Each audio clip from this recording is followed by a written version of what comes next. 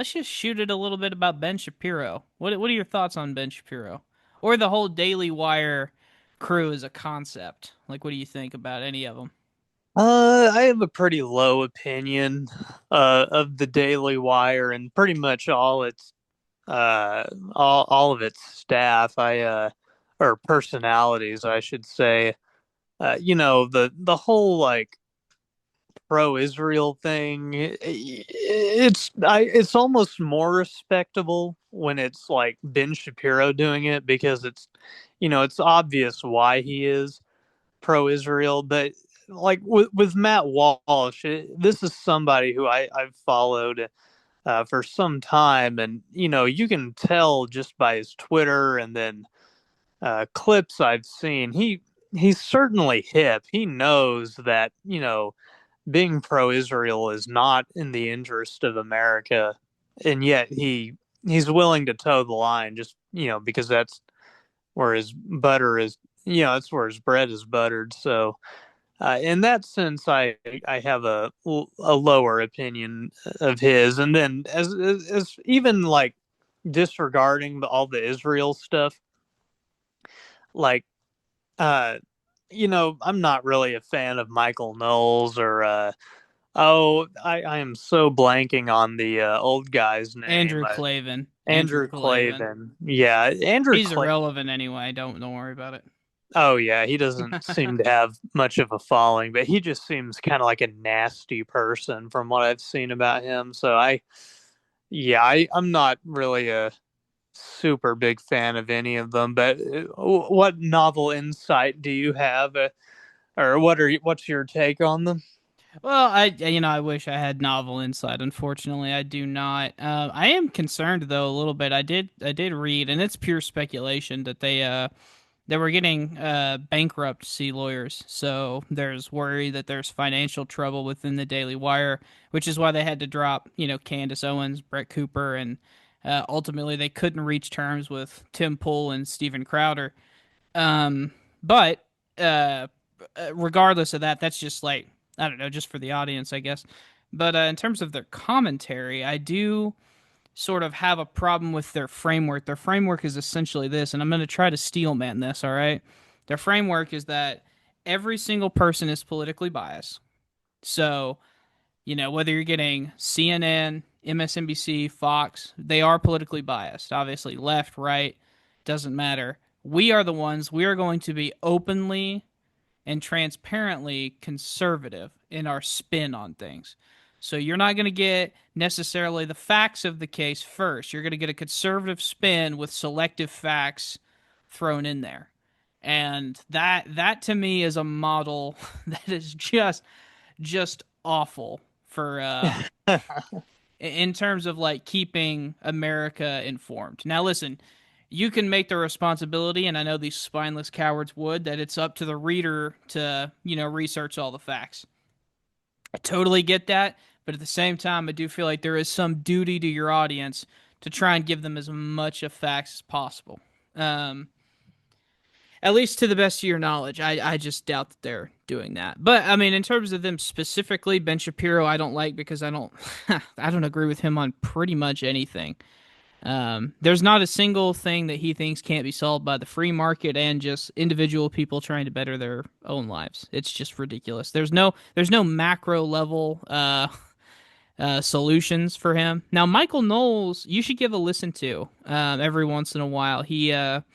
He can be insightful. He's definitely like a person who knows his history, especially he's a Catholic, especially of the church, and he knows a lot about American history and like where America stood on particular issues at particular times.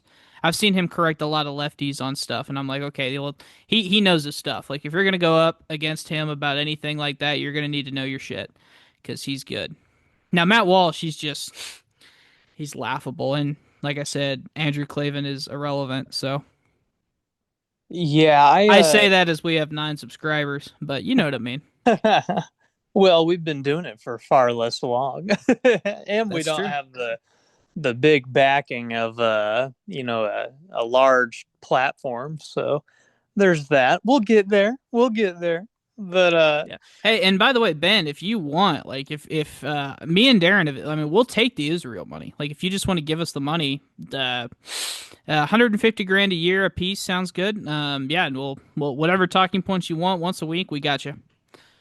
I think I may it would be tempting. I don't know if I would have it in me to not to not relay some Hasbara to the to the viewers. Well, If 150,000 was on the line, I don't know if I could say no.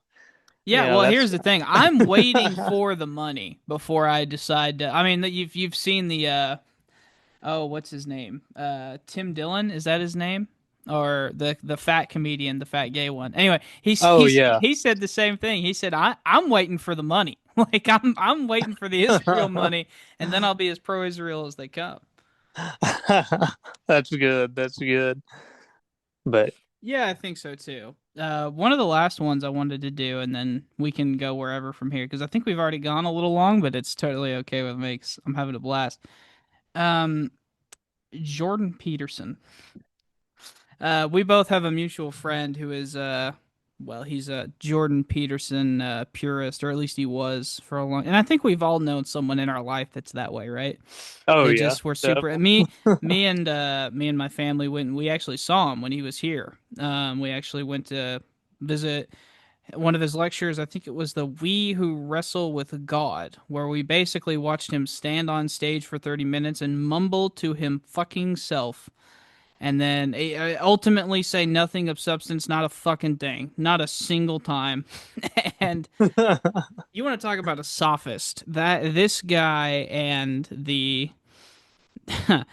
this guy is exactly what we say when we say we hate academics. Like this is exactly why. I mean, you just ask the dude a straightforward question, he refuses to answer, or he defines his way out of the of having to answer. It's all just super annoying, and I can't believe that there's a large segment of our population that finds this dude in any way insightful or.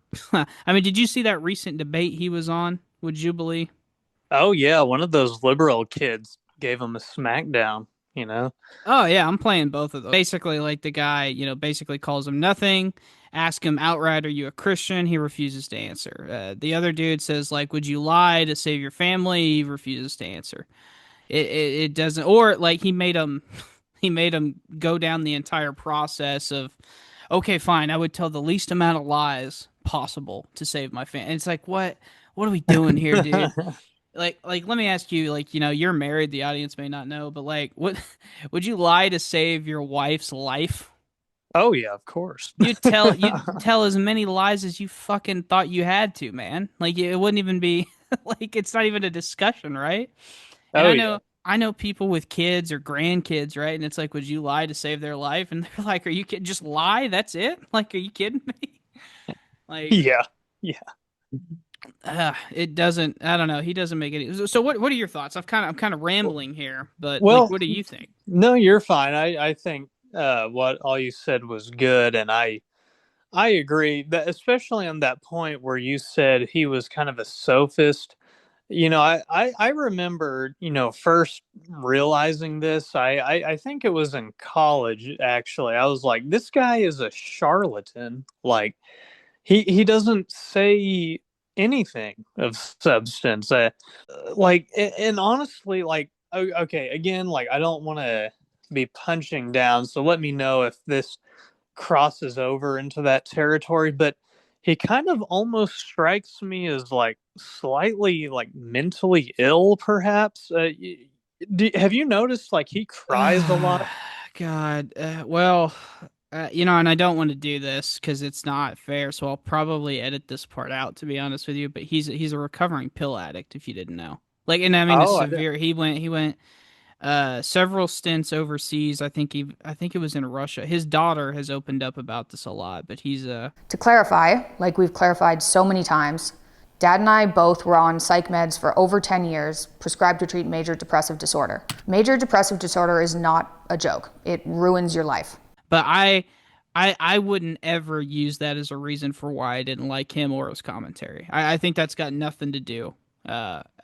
with his struggle with addiction. I don't think so. Yeah, well, I don't know. It's just like the crying that he does. I find it like disturbing, and until now, until I've heard what you've just told me, Well, I've I don't think found it. that's got anything to do with that. I thought you were talking about anyway. Nothing. Never mind. There's some, I don't know what you'd call it, some esoteric commentary on some of his stuff. But the crying, I don't understand either, because it's like the dude's over here preaching about masculinity, and why aren't they gonna let men be men? And he's over here crying all the time. Yeah, it's just really disturbing, and I've seen clips of it. It's like he'll be asked some like really innocuous question, like "How are you doing?" and then he seems to be on like the verge of tears. So yeah, I find him kind of enigmatic. I don't really know what his deal is, but there was a time when he was first coming onto the scene where I thought more highly of him, but yeah, I think maybe he should have just had his 15 minutes of fame and then he should have went away, because I think that would have been better for his legacy, honestly. Well, I think the dude is riding. Gosh, and it's hard because I don't know the guy, but I've got the strong hunch that this dude is just riding the gravy cash train. Like this dude is just okay. Well, I gotta rake in as much of this while I can, because I think he knows that the right wing grift is gonna come to an end at some point. May as well just take it for all that it's worth. I'm sure the dude's made, his millions and millions and millions, right? So, Oh yeah, certainly. I mean, those talks that he does, and he, and then I think he signed a pretty big contract with the Daily Wire. I think they are paying him quite a bit. So yeah, yeah, and they pay well as a company, so it wouldn't shock me one bit. But yeah, yeah, and his daughter has her podcast thing going on too. Like his family's gonna be well set up. But I just, in terms of politics, I've never heard him say anything really insightful outside of the free speech stuff. Which honestly, like I used to agree with a lot of the like I used to be a free speech absolutist. I would probably not categorize myself as that now.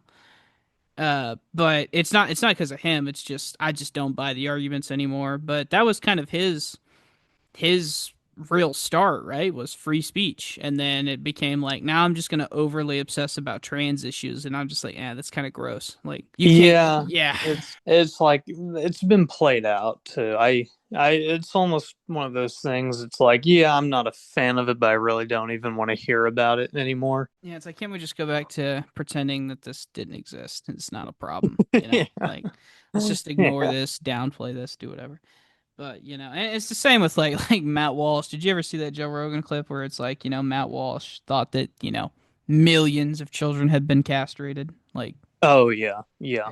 anyway, I guess that's not important. But Well, yeah, it just goes to show how patently absurd the I don't know.